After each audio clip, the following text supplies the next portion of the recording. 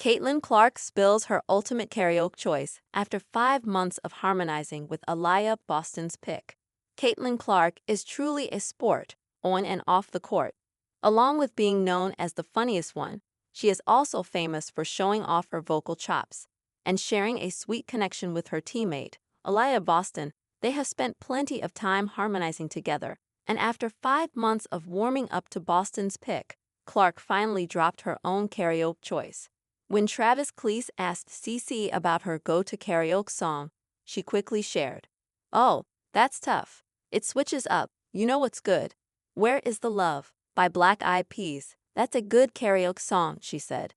She went on to explain that she enjoys a bit of a duet action, adding, "Honestly, it changes up. I like a little duet action, so you could go up there with your friends." And according to Desert Wave Media, Clark has revealed that she would choose Boston as her karaoke teammate.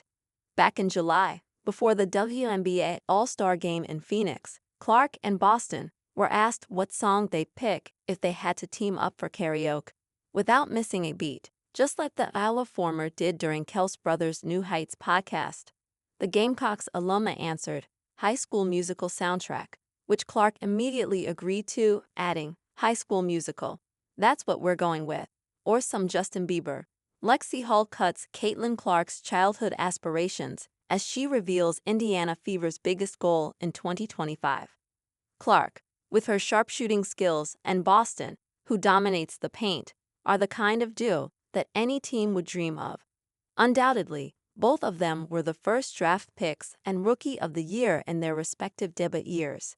Off the court, the two WNBA stars have been there for each other. Despite Clark coming straight out of a heartbreaking loss in the NCAA championship game and having to jump right into her WNBA career, it was the 2023 draftee who took her under her wing.